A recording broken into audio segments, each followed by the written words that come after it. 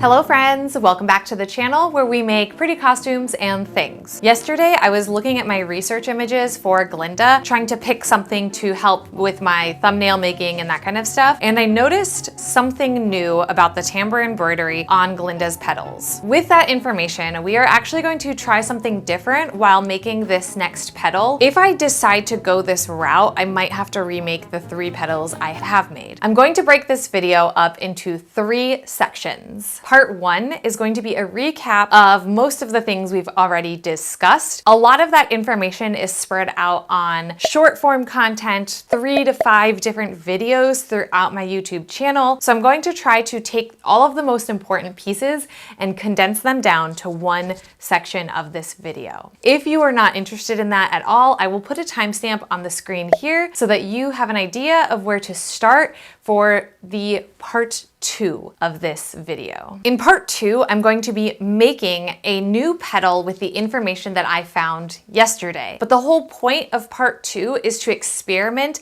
and to kind of see if this new information serves me and is going to help me make a better version of Glinda's gown. In part 3, we are going to compare the petal that we make today with the petals that I have previously made. And in that section of this video, we're actually going to decide, am I going to continue the rest of the petals in the method that we tried today, or are we going to go back to how I was doing it? Before we dive into the recap section of this video, let's turn to advertisement Casey to talk to you about the Tambour embroidery classes that I will be offering at Katsucon next month. It's a new year, and that means learning new sewing skills. Do you want to learn how to sew velvet, chiffon, silk taffeta? Well, my How to Sew Pain in the Ass Fabrics class is perfect for you.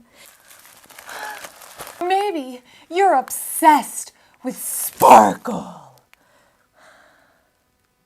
Well, my embellishment class is perfect for you. Make your New Year's resolutions a reality and join me in my classes at Katsucon. For more information about my Katsucon in-person sewing classes, check the description below. And now let's head on back over to Sewing Casey to get us started on this Tambour embroidery. Let's start by discussing the tools and materials I'm using for this embroidery, starting with my loom, which I bought on Etsy and assembled pretty easily. This loom is 20 by 24 inches, which is a great amount of space for my petals, however, isn't necessary just to get started with Tambour. Next up is the Tambour hook. This is what sets Tambour, Luneville, and Ari embroidery apart from other embroidery. Instead of threading a needle, I use this hook to chain stitch my thread and incorporate my beads and sequins into that chain stitch. Glinda's bubble dress uses over 15 different types of sequins, and each Glinda gown has a different combination of sequins. The sequins that I chose to use lean middle blue to lighter blue with a hint of green and pink in them. There are 2 ways to add sequins and beads with Tambour embroidery, from the top and from the bottom. I've chose to add them from the bottom because it's faster and therefore I have to string my sequins in order to chain stitch them down. Sequins can be purchased pre-strung, but since I am using a large variety of sequins, I string them myself. A hooked beading needle and a bead spinner can help make stringing beads very easy. However, with sequins, it's a little trickier. Even adding water to the sequins and attempting it with a straight needle didn't prove to be faster than stringing them by hand. I have found that an 18-inch long bead snake is the perfect length for me. It's enough to get a large quantity of Tambour done without being cumbersome to work with. Once I am done, I will place the spool onto the stick of the bead spinner and place the sequin snake inside the spinner, ready to use on my embroidery. For this project, I am using a fabric called bobbinette. The first 2 petals I made out of embroidery tulle and it warped out of shape and caused so many tension problems for me. Before this project, I exclusively used silk organza and it's still my favorite material to Tambour on. To prepare the fabric for the embroidery, I pin my mock-up petal to my bobbinette and baste around the petal. Then I will take the petal off and baste the stitch line for the design on the inside of the petal. I am using white thread so that my basting stitches will be hidden once all my sequins are on, but I will take some of the visible basting stitches out later. Finally, I can add my design to my loom. For this, I will use twill tape, pins, and the fabric that's attached to the loom. Starting at the center top, I will pin my design onto the loom fabric. Then I will pull the fabric to the bottom and pin that in the center bottom. From there, I can pin working outward and pulling the fabric taut, alternating from top to bottom. Then I can attach these sides with the twill tape by pinning one piece of the twill tape from the top, wrapping it around the loom, and pinning it from the bottom. Starting at one corner, and then I will pin the corresponding corner on the opposite side and work my way up the sides of the loom, alternating sides. Tambour refers to the fabric being tight like a tambourine, so I go back and adjust the tightness of the fabric one last time before casting my first stitch.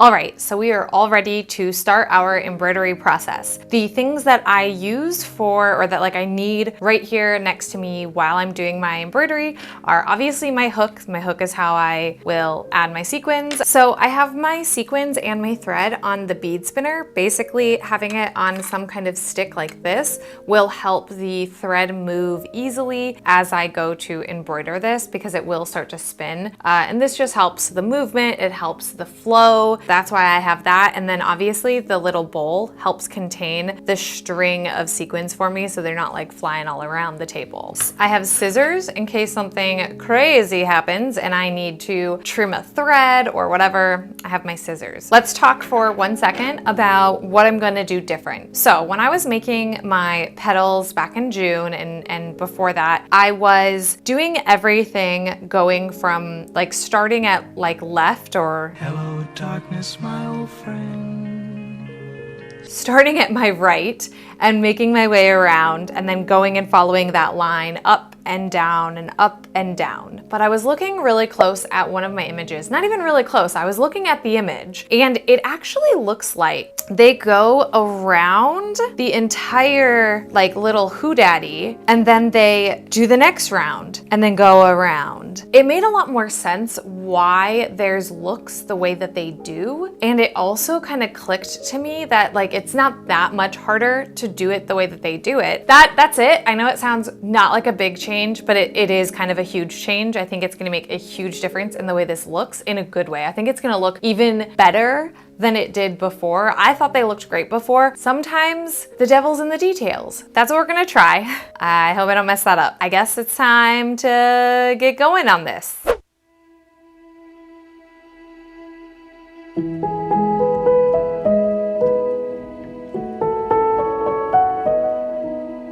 All right, so this is about 5 hours of embroidery. It was 18 inches of sequins that you saw me string. I am out of sequins, so now I have to restring them. But I'll show you I'll flip this over and show you how it looks on the other side, and then I'll get back to it once I've gotten the sequins all strung. All right, so this is what it looks like, and oh my God, it looks so good. So I think what I like about this and why it's so, I don't know, why I think I like this and why I wanted to try this was because the straight lines look a little too uniform, and this looks a little bit more chaotic, which is I think more representative of how the petals actually look. So we're gonna finish this up, fill this in, and then I can take a look at the two side by side. I'm actually going to fully finish this. So what I'll do is I'll fill this in, I'll do the sequins up here, and then we'll take this off and sew it onto a base, and then we will look at them side by side and see kind of what we want to do, and if I want to go more this route, keep the other ones and then just keep going in this way, or remake the other ones. So I'll talk to you in after my next long embroidery session. So I was able to get about 3 hours of work done on this yesterday. That looked like stringing sequins as well as doing the embroidery. I think we'll be able to finish this embroidery before lunch, and then after lunch I will show you how I sew up the petal and get it kind of like finished. Once I've got a finished petal, we can lay this side by side with the older petals and make some decisions. I think we're about 10 hours of work in on this petal. I am confident I can finish this petal today and get the prep work done for petals for tomorrow. We'll check in soon, and maybe I'll do a time lapse of some embroidery right now, and we'll check in soon.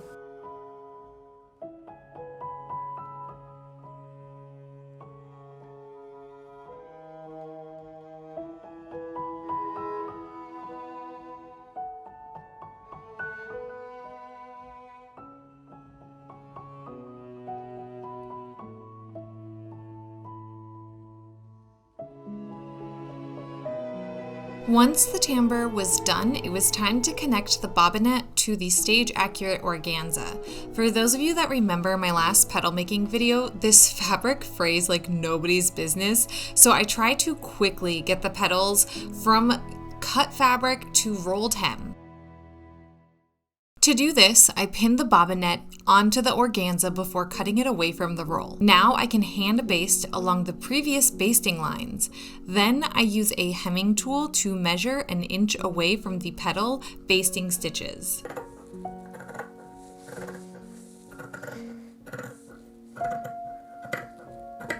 It's been a while since I have done a rolled hem with this fabric combination, so I did a test to make sure it looked like my previous petals.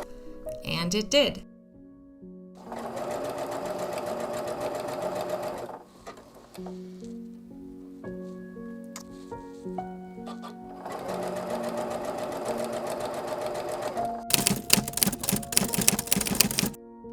So we have some decisions to make. This is gonna be difficult because I can't get them all on the camera at the same time. So this is the one I just made. I have some major issues. First, I was way too heavy-handed. Like I just made this way too wide at the bottom. It looks like the older ones that I made. Okay, but I have a bigger issue, and I don't know if you can see it. My big issue is that these all are going this way, down at this bottom half, and these all are going that way. And to me, I don't know, the way that it picks up light is really weird. Like there's this very distinct line right here where like you can tell that I'm switching direction. So like here, it doesn't have that. Like it switches every direction and it still looks like chaos. Like it still looks good in my opinion up here, and it still looks good. It does look good, I think, up this way, but then this just, yeah, ooh.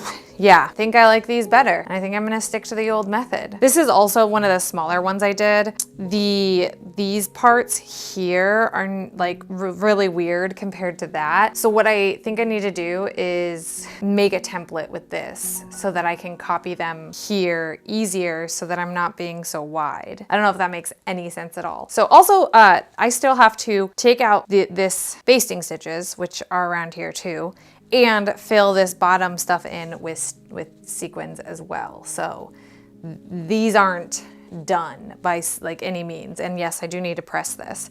We're at that point where I'm like, okay, let's just show and talk about it and then I can finish them up. My conclusion is I like the way that this looks better. So we're not gonna do it this way. I'm gonna save this petal. I'm just gonna put it aside, but that means that like this petal isn't gonna be used right now. And that means now we only have 2 of this size and 1 of this size. So I still need to make 52 more petals. And this one isn't even done. But anyway, so my next step, finish this one, get this one done. And then I'm gonna turn this into a template for myself and maybe what we'll do is we'll turn this into a template because I have 3 of these sizes, like this size, already taken off and like pressed. So template, okay.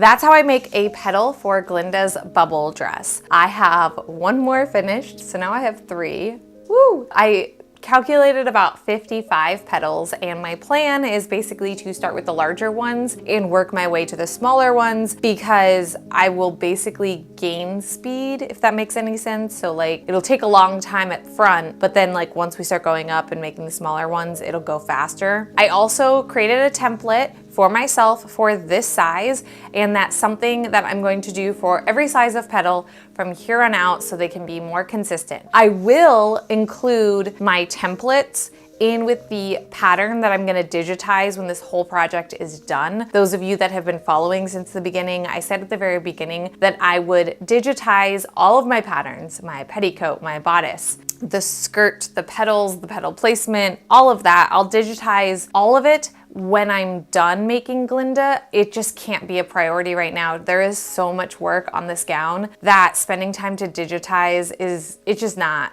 happening.